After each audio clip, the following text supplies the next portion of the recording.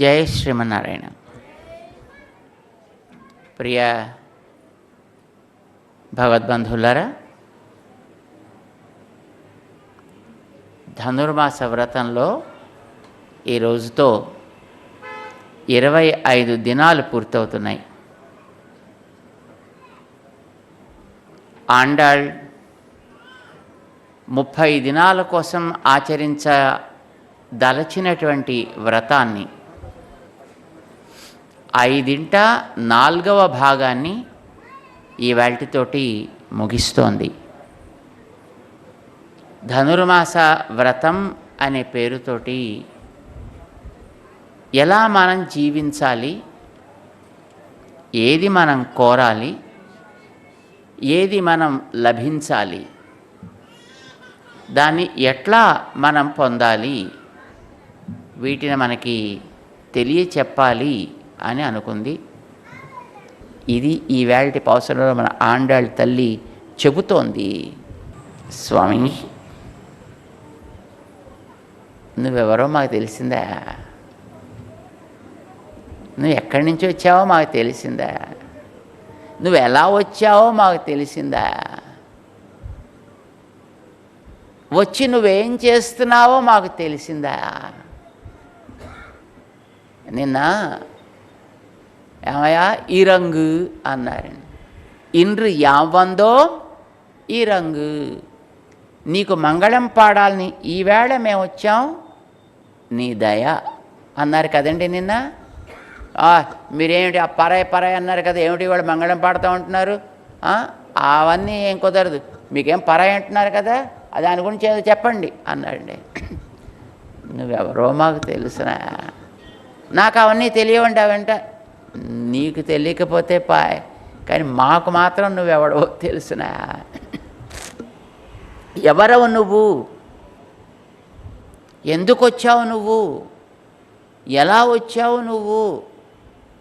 చెబుతున్నారు మనవాళ్ళు. ఒరుత్తి మగనాయి పిరందు, ఒక ఆమెకు నువ్వు కుమారుడివై పుట్టావా? ఏం అదృష్టం చేసుకుందండి ఆ తల్లి. ఎవరు? ఎవరికి పుట్టాడైనా? చెప్పలే పేరు. అమ్మో, పేరు చెప్తారేంటండి? పేరు చెప్తే భయం కదా, ఆయన తెలిసిపోతాడు కదా.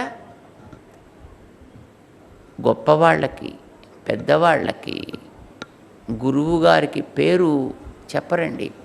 వాళ్ళ ఏంటంటే గౌరవంతో పేరు చెప్పకూడదట్టారండి.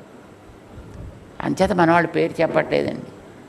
సరే, అది కూడా కాదండి, రహస్యం కదండి. కృష్ణుడి గురించి తెలిస్తే ఆ కంసుడి దగ్గరికి ఏమైనా సమాచారం పెడితే, ఇంకేమైనా ఉందే ఇన్ఫర్మేషన్ పెడితే ప్రమాదం కదా. అందుకోసమనైనా చెప్పకూడదు కనుక ఆవిడనంతా మొత్తం సీక్రెట్గా అట్టే పెడతాండి. ఒరుత్తి మగనాయి పిరందు, ఒక ఆమె, ఆవిడతోటి సాటి అయిన ఆమె మరొకటి లేనే లేదు. సర్వలోకాలని తన లోపల పెట్టుకున్న వాణ్ణి ఆమె తన కడుపులో పెంచి లోకానికి అందించిందంటే ఆవిడ సామాన్యురాలటండి. ఆవిడ ఓ వృత్తి, ఒక అద్వితీయురాలు. ఆమెకు నువ్వు మగనాయి పిరందు, ఆమెకు పిల్లవాడివై పుట్టావు. మగన్ అంటే కొడుకు, అంటే బుద్ధిగా ఉండేవాడు అర్థం, చెప్పినట్టు వినేవాడు అని అర్థం. రోటికి కట్టేసిందండి ఒకసారి ఒళ్ళు మండి ఆవిడ, మా అందరికీ తెలుసును. రోటికి కట్టేసి బెత్తం పట్టుకొని ఆయన అక్కడి నుంచి, చిన్నపిల్లలు కదా, మామూలుగా ఏదైనా కాస్త చేయబోతేనే ఓ అని పెద్ద కేక పెట్టేసి గడబడి చేసేస్తుంటారు. అలాగే నోరు ఎత్తబోయేటప్పటికి ఆ బెత్తం ఎత్తి మొయ్ మొయ్, నోరు మొయ్, శబ్దం పైకి రావడానికి వీల్లేదంతే. మొయ్ అంటే అబ్బు చూసుకున్నాండి. ఇలా ఏడవడానికి కూడా పాపం స్వాతంత్రం లేదండి చివరికి ఆయన. అందుకే మనకి విగ్రహాలలో చూడండి పాపం, ఆయన ఏడవడానికి కూడా ఆయనకి స్వాతంత్రం లేదు కదండి ఆయనకి. అప్పుడప్పుడు కొంతమంది కోపం వచ్చి చూడండి, ఈ మధ్యన చేతులు విరక్కొట్టేస్తున్నారు, కాళ్ళు విరక్కొట్టేస్తున్నారు, తలలు తీసేస్తున్నారు. అయినా పాపం ఏడవడానికి వీల్లేదండి ఆయన. ఎందుకంటే ఆయన ఆ వచ్చిన రూపం అట్లాంటిది, ఏమీ చేయడానికి వీల్లేదు అని నియమం పెట్టి ఆగమాల్లో ప్రతిష్ఠ చేస్తున్నారు. ఎవరి కోసం? ఆ చుట్టూ ఉండే భక్తులంతా కోరుకుంటే ఆ భక్తులు అంత ప్రేమతో చూసుకుంటారు కాబోలు అని పాపం ఆ చేసేట ప్రతిష్ఠ చేసి ఆయన విగ్రహాలు చేసి ఆయన చేసి వాళ్ళకి ఇచ్చేసి సరే మీరు జాగ్రత్తగా చూసుకోండి అని వాళ్ళకి అప్పగిస్తారు. వాళ్ళు కంటికి రెప్పలా కాపాడుకుంటారు కాబోలు అని వాళ్ళ ఉద్దేశం అండి. దిక్కులేని వాళ్ళకి వదిలేస్తే పాపం ఏం చేస్తాడైనా? ఆ దిక్కులేని వాళ్ళలాగే పడి ఉంటున్నాడండి ఆయన. ప్రేమించిన వాళ్ళ కోసం వస్తాడండి ఆ రూపంలోకి. ఆయన ఎవరి దగ్గర రావడం వాళ్ళకి తానంతూ స్వతంత్రంగా ఏమీ నేను చేసుకోను, ఎందుకంటే ఏం చేసినా మళ్ళీ మీకు భయం వేస్తుంది అంచేత నేను ఏమీ చేతకాని వాళ్ళ ఉంటా. సర్వజ్ఞుడై అజ్ఞుడిలాగా, సర్వశక్తి అయి అశక్తుల్లాగా, అన్ని నియమించేవాడయి నియంతలా ఉండటం లేదు, నియామ్యుడులాగా ఉంటున్నాడు ఆయన. అలా వచ్చి ఉంటావయా మగనాయి పిరందు. పుట్టడం అంటే నిజంగా చాలా అదొక పాపపు ఫలం అండి. పుట్టడం అనేది పాపపు ఫలం. ఎందుకనంటే మనకి కడుపులో ఉండేటప్పుడు అన్నీ తెలుస్తాయిటండి. గర్భంలో ఉండేటప్పుడు మనకి 7th మంత్ 8th మంత్ లోపల ఉండేటప్పుడు అన్నీ తెలుస్తాయిటండి మనకి. We know everything about our cells, we know everything about the surroundings also. కానీ బయటకు వచ్చాక మనకి ఏమైనా జ్ఞాపకం ఉన్నాయండి? మీరు ఎక్కడి నుంచి వచ్చారో మీకు ఎవరికైనా తెలుసునండి? ఎక్కడెక్కడ ట్రావెల్ చేసి వచ్చారో మీకు ఏమైనా తెలుసునండి? Nothing. Simply we forgot everything. ఎంత ఎఫర్ట్ చేసినా మనకి తిరిగి మళ్ళీ అవి జ్ఞాపకం రావండి. అలా అయిపోతుంది అంతే మనకి. పుట్టడం అంటే అదే అండి. పాతవన్నిటిని మరపించేస్తుంది పుట్టుక. నువ్వెవడవో తెలియదు, నువ్వు ఎక్కడి నుంచి వచ్చావో తెలియదు, నీకేముందో తెలియదు, ఎందుకుందో తెలియదు, ఎలా వచ్చావో తెలియదు, ఏం చేస్తున్నావో తెలియదు, అన్నిటినీ మరపించేదండి ఈ పాడు పుట్టుకంటేను. ఈ జన్మ అట్లాంటిదండి. ఏం చేస్తాం? మనకి తప్పదు, అది కర్మ ఉంది కనుక వచ్చి మనం పుట్టాల్సి వస్తుంది ఇందులోను. And we're going through such kind of things. ఆయనకి అవసరం ఉండి అలా పుట్టడం. నేను పుట్టను అన్నాడు అనుకోండి ఆయన, మీరు వెళ్ళి ఏమైనా ఆయన మీద కేసు వేయగలరా? ఆయన గుమ్మం దగ్గర ధర్నా చేయగలరా? ఏమండి? ఆయన బయటికి రాకుండా హర్తాళు చేయగలరా మీరు ఏమైనా? Nothing you can do. నేను పుట్టను, నేను చూడను, నేను చెయ్యను. ఏం చేస్తారండి మీరు? ఏమి చేయలేమండి. ఒకచోట పెద్ద వాన కురిపించాడు ఆయన, ఏం చేస్తున్నారు మీరు? ఆయన చేయగలరా? ఒకచోట వానలు రానివ్వడు, ఆయన చేయగలరా మీరు? మనం చేసేది ఏం లేదండి. ఏం చేసినా మనం ఏం చేయలేమండి. కానీ ఆయన ఏమి చేసేటట్లుగా ఉండడు. ఆయన నేను చేయకుండా ఉండడం కోసం వస్తాను కనుక మీరేం చేసినా నేను పడతానని వస్తాడండి ఆయన. ఈ పుట్టుకంటే అదండి. అవసరం లేనివాడు పుట్టుకని తెచ్చుకుంటాడు, ప్రేమతో తెచ్చుకుంటాడు. మనకి కర్మతో వచ్చింది కనుక అది దుష్టం అండి. ఆయనకి కర్మతో రాలే, ప్రేమతో వచ్చింది. మన శరీరం లాంటి శరీరమే వస్తుంది, మన జన్మల్లాగే ఆయన జన్మిస్తాడు. అయితే మనం 9 నెలల్లో ఎంతో ఉంటాంటండి కడుపులో ఉండి మనం బయటకు వస్తా అంటే కదా. 9 నిండగానే 9 మాసాలు మోసి మన 10వ నెలలో వచ్చిన తర్వాత మనని బయటికి తోసేస్తారు మనని. పాపం ఆయన నిజంగా పుట్టాలి అని అనుకుని నిజంగా పుట్టడం కోసమని 12 నెలల కాలం గర్భవాసం చేసేయండి. మీకు ఎవరైనా 12 నెలలు గర్భవాసం చేసి పుట్టిన పిల్లలు తెలుసునండి మీకు? అసలు అక్కడ దాకానే రానివ్వరండి, 9వ నెల కూడా నిండనివ్వరు. మధ్యలోనే సి సెక్షన్ చేసేయండి అని ఎక్కడో సిజేరియన్ చేసి మొత్తానికి తీసేసి అసలు ఆ పీడ లేకుండా చేసుకుందామని ఆలోచించేవాడు చాలామంది ఉంటారు.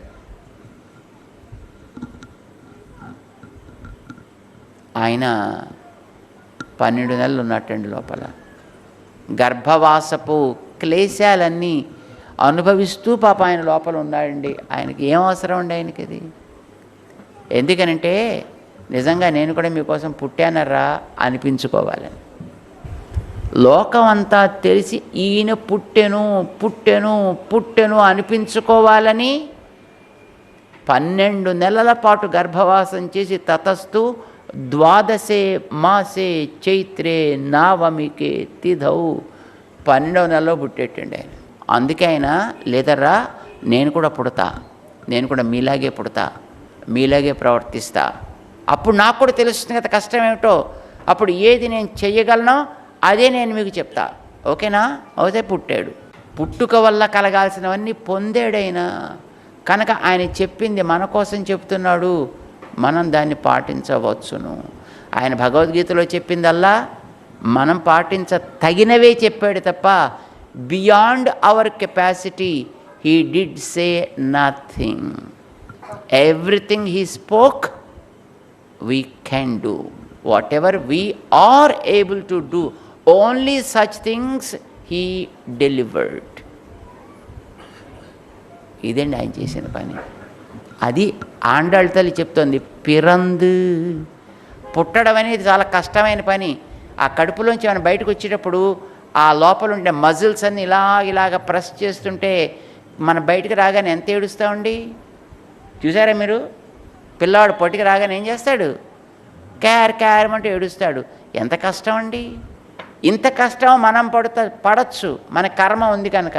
కానీ ఆయన కర్మ లేకుండా పడుతున్నాడు మన కోసం. ఆయన ఆండాళ్ళ తల్లికి పాపం చాలా బాధేస్తుంది, అందుకు మంగళం పడుతుంది. అయ్యో తండ్రి, అవసరం లేని మా కోసం నువ్వు పుడుతున్నావయ్యా, ఈ క్లేశాలని నువ్వు అనుభవిస్తున్నావయ్యా. ఒరుత్తి మగనాయి పిరందు, ఏం చేసావు పుట్టి? ఓరిరవిల్, అదొక అద్భుతమైన రాత్రి అండి. అది ఏం అందమైన రాత్రి అండి. ఆయన పుట్టి నడిచి అక్కడికి చేరిన ఎవ్వడికి ఆ సీక్రెట్ తెలియనివ్వలేదు. చూడండి, అది ఎవరికైనా తెలిసిందండి? ఇక్కడ వాళ్ళు ఏదో అనుకున్నారు, అక్కడ వాళ్ళు ఏదో అనుకున్నారు, కానీ జరిగిందంతా జరిగింది. ఏం జరిగిందో ఎవరికి తెలియదు. ఆ రాత్రికి మాత్రమే తెలుసునంటే ఆ ఒక్క రాత్రి ఆ రహస్యాన్ని ఎంత జాగ్రత్తగా పెట్టిందండి. అది ఒక అద్వితీయమైన రాత్రి. ఓరి రవిల్, ఏమైంది? ఒరుత్తి మగనాయి ఒళిత్ వళర, మరొక ఆమెకు కుమారుడవై పెరిగావు. ఎవరావిడ? ఎవరి దగ్గర పెరిగాడండి ఆయన పిల్లాళ్ళగా? యశోదమ్మ దగ్గర. పుట్టింది ఎవరికి? దేవకికి. కానీ ఏడిచింది ఎక్కడ? ఎక్కడ ఏడవాలి అసలు? ఆయన దేవకి దగ్గర ఏడవాలండి, కానీ అక్కడ ఏడవలేదండి ఆయన. మరి ఏడ్చినప్పుడే కదండి పుట్టాడు అనేది. ఏడవగదే పుట్టాడు అనరు కదా. అంచేత అక్కడ పుట్టాడు అని అనిపించడానికి అవకాశం లేకుండా బాయ్. దేవకీదేవి దగ్గర నుంచి యశోదమ్మ దగ్గరికి వెళ్ళాక ఆయన మొత్తం చేయాల్సిన పని అంతా మొత్తం చేసేసాక ఆ పిల్లని తీసుకుని వెళ్ళిపోయిన తర్వాత అప్పుడు ఏడవడం ప్రారంభించాడండి. అందుకోసమనే ఆవిడ తల్లి అయిందండి. యశోదానందన, యశోదానందన, యశోద చిలిపి కన్నయా, యశోద బిడ్డడా, యశోదయి ఇళం సింగం. ఇది మన ఆండాళ్ళ తల్లి చెప్పింది. ఆవిడ దగ్గర కుమారుడే పెరిగాడండి. మన భట్రవారిని అడిగేటండి ఒక ఆయన, ఏమండి పాపం పుట్టింది ఈవిడి దగ్గర అయితే 9 మాసాలు మోసి, ఈవిడి దగ్గర పాపం ఇప్పుడు ఎవరికంటే వాళ్ళకే కదండి పాలు ఇవ్వగలుగుతారు. కన్నావిడ పాలు ఎలా ఇస్తుందండి? పోనీ ఆ పిల్లాడు అక్కడికి వెళ్ళి పాలు ఎలా తాగాడండి అంటే భట్రవారు అన్నారట, నీకు నాకు ఎందుకయ్యా బెంగ, ఆవిడిచ్చిందే ఆయన తాగాడు, మధ్యలో నీకేమైంది? ఆయన అక్కడ ఏడిచాడు. అక్కడ ఆవిడిని తల్లిగా తను భావించుకున్నాడు ఆయన. అంచేత అక్కడే ఆయన స్తన్యపానం చేశాడు, అక్కడే ఆయన ఏడిచాడు. అక్కడ ఏడిచాడు కనుక ఆవిడికి పిల్లవాడయ్యాడు. అంతే. నువ్వు ఇది పరై, నీకు ఇది తగును, తీసుకో అంటే మేము తీసుకుంటాం అంతే. అది ఏమైనా కానీ దివివా భువివా మమాస్తు వాస నరకేవా, నువ్వు నరకంలో ఉండి ఇది నీకు స్థానము అను, మేము అక్కడే ఉంటాం. నువ్వు స్వర్గంలో పెట్టి ఇది నీకు స్థానం అను, మేము అక్కడే ఉంటాం. అది అడవా, ఇల్లా, మరొకట, అది ఏమిటో మాకైతే తెలీదు. నీతో ఉండడం మేము కోరుకునేది అంతవరకే. నీ భావన మాలో చెడకుండా ఉండడం మేము కోరుకునేది అంతవరకే. అది ఎక్కడైతే మాకేం కనుక. ఈ మాట సీతమ్మ చెప్పిందండి రాముడితో. ఓ అలానా, అయితే బయలుదేరు అన్నాడండి ఆయన. అంచేత మేము కోరింది ఉన్నై అరుతిత్తు వందోం పరై తరుదియాగిల్. నువ్వు పర ఇస్తానంటే ఇట్స్ ఓకే, మాకైతే ఏమీ అభ్యంతరం లేదు. అభ్యంతరం పెట్టడానికి మేమెవరం కనుక. అయినప్పటికీ చాలా బాగా మంచి భలే మాట్లాడుతున్నారు మీరు. భలే మాటకారులరా, ఇంత అందంగా మాట్లాడుతున్నారు మీరు. బాగుంది, చాలా బాగుంది. పాపం చాలా శ్రమ పడ్డారు కదా మీరంతా. ఎంత శ్రమపడి వచ్చారరా మీరంతా. పాపం తెల్లవారుతున్నారు నిజంగా.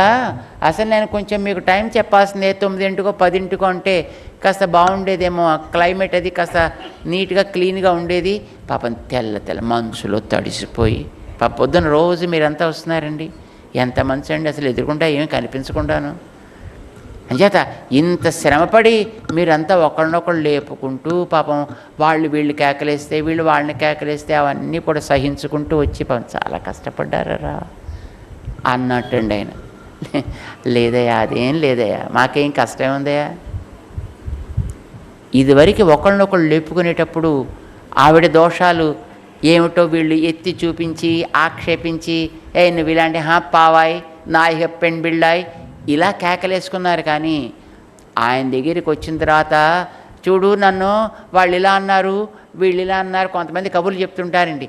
ఇంకా వాళ్ళు ఆ కరెక్ట్గా డైలాగ్ దగ్గర నుంచి సరిగ్గా రికార్డ్ చేసినట్టుగా మొత్తం అంతా రిపీట్ చేసి చెప్తాను. నేను ఇలా వెళ్ళానండి, ఇలా కూర్చున్నానా, ఆ తర్వాత ఇలా లేచానా, అప్పుడు వాళ్ళు ఏమన్నారంటే ఇదిగో ఇలా అన్నారండి, దానికి నేను ఇలా అన్నానండి, అప్పుడు వాళ్ళు ఇలా.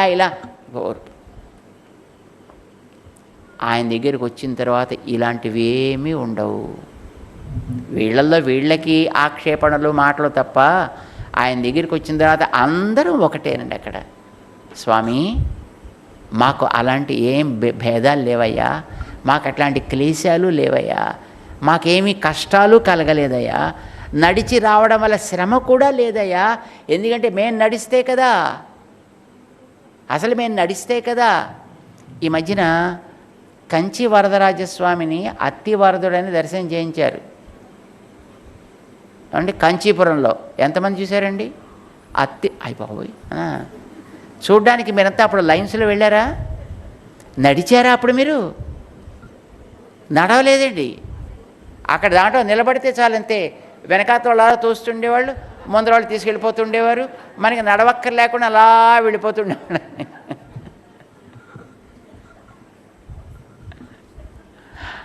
నడిచేది లేదండి అంటాను. జన ప్రవాహమే తీసుకుపోతుండేదంతే. అలాగా స్వామి ఇంతమంది మేము కలిసామా, నీ కళ్యాణ గుణములు మేము పాడుతున్నామా, ఆ గుణములు అనేటటువంటి ప్రవాహమే మమ్మల్ని అందరినీ ఇలా తీసుకొచ్చేసింది అయ్యా. మాకేం శ్రమే ఉంది కనుక. తిరుతక్క సెల్వముం సేవగముం యాం పాడి వరుత్తమం తీరింది. మాకు వరుత్తం శ్రమ అనేది ఏమీ కలగలే. ఎందుకనంటే మేము నీ కళ్యాణ గుణాలు పాడుతున్నాం. నీ కళ్యాణ గుణాలు పాడితే అమ్మకు ఆనందం, అమ్మ యొక్క సౌందర్యం పాడితే నీకు ఆనందం. మీ ఇరువురికి ఆనందాన్ని కలిగించే మీ సంపదల గురించి, మీ గుణముల గురించి మేమందరం కలిసి పాడుతున్నామా. ఈ పాటల ప్రవాహం అనేటటువంటి దాంట్లో మేమంతా అలా వస్తుంటే అసలు మాకు శ్రమే తెలియలేదయ్యా, మాకు క్లేశమే కలగలేదయ్యా, మాకు అసలు కష్టమే లేకుండా ఉండేనయ్యా. మేమంతా కూడా మగిழிంది ఎంతో ఆనందంతో ఉత్సాహంతో మేము ఇక్కడికి రాగలిగామయ్యా. అంచేత మాకేం శ్రమ లేదయ్యా. ఆయన అన్నట్టండి పాపం చూసి, అయ్యయ్యో పాపం. నేను వీళ్ళు గతంలో అన్నారు కదా, ఆవా వెన్రు ఆరాయింది అని కదండి అన్నారు. అయ్యో అని పాపం వీళ్ళని ఓదారుస్తాడే అన్నారు కదా. మాకు అట్లాంటిది ఏమీ కష్టమే లేదు, క్లేశమే లేదు. చూసామా, అన్నీ పోయాయి. దృష్టయేవహి నా శోకం అపనయేష్యతి అని అంటారు వాళ్ళు అయోధ్యాపురజనుడు. అలాగే నిన్ను చూడగానే మా క్లేశాలన్నీ పోయాయ్యా. మాకు అసలు శ్రమే లేదయ్యా, సుఖంగా వచ్చాం, హాయిగా వచ్చాం, నేను చూస్తున్నాం, మాకు శ్రమే ఉంది ఇంకా. అంచేది ఇంతకీ మేము కోరింది ఏమిటి? ఉన్నై అరుతిత్తు వందోం, నిన్ను కోరి వచ్చాము అన్నారు మన వాళ్ళు. నేనే ఉన్నాలండి, చెప్పండి ఏం కావాలో. ఏం కావాలో కాదని నిన్నే కోరి వచ్చాము. మాటలు అర్థం తెలుసుకోలేకపోతున్నామేమిటా అని మన ఆండాళ్ ఈవేళ వాళ్ళు అక్కడికి ఎందుకు వచ్చారో ఎలా వచ్చారో చెప్పి స్వామికి మంగళం పాడారు. సరే, ఇంతవరకు చేరిపోయారు కదా. ఇక్కడ దాకా ఒక ప్రకరణం అండి. వీళ్ళు కోరినది ఇవ్వాలంటే వీళ్ళల్లో ఏమి యోగ్యత ఉందో తెలియాలి, ఏమేమి ఇవ్వాలో తెలియాలి, ఏమేమి అడగాలో తెలియాలి. రేపటి నుంచి ప్రక్రియ అది. అంటే చివరి 5 అందించేటటువంటి ఫలానికి సంబంధించినటువంటి ప్రకరణం. మన వాళ్ళు అడిగారు, సరే ఇప్పుడు ఇంతకని మీరు శ్రమపడి వచ్చారా, కష్టపడ్డారా? కష్టపడ్డాము అన్నాం అనుకోండి, అయితే మీ కష్టమే మీకు ఇస్తుంది లేండి అంటాడు. అబ్బాయి ఏం కష్టం లేదే, మేమేమీ చేయలేదయా. మరి ఏం చేయకపోతే ఏం పుచ్చుకుందామని వచ్చారు అంటాడు. ఉందన్నా కష్టమే, లేదన్నా కష్టమే. పైగా భగవంతుణ్ణి కోరడం అంటే, భగవంతుడు లభించడం అంటే ఏ మాటలా ఏమిటి? దానికి ఎంత పుణ్యం కావాలి, ఎంత హడావిడి కావాలి. ఏముంది మీ దగ్గర? రేపు మొత్తం ఇంకా స్క్రీనింగ్ ప్రారంభమవుతుంది. ఇప్పటిదాకా స్వామి దగ్గరికి వచ్చారు మన వాళ్ళు. ఇప్పుడు వీళ్ళందరినీ కూడా రేపు మొత్తం స్క్రీనింగ్ చేయడం ప్రారంభిస్తాయండి. యోగ్యతలు ఏమున్నాయి, ఎలా ఉన్నాయి, ఏం సాధనాలు మీ దగ్గర ఉన్నాయి, ఏమిటి ఫలంగా మీరు కోరుతున్నారు, వీటిని మొట్టమొదటి మీరు క్లారిటీ ఇవ్వండి, మీరు స్పష్టం చేయండి, అప్పుడు ఆలోచిస్తాం అన్నట్టుగా రేపటి నుంచి పరీక్ష ప్రారంభిస్తాడు.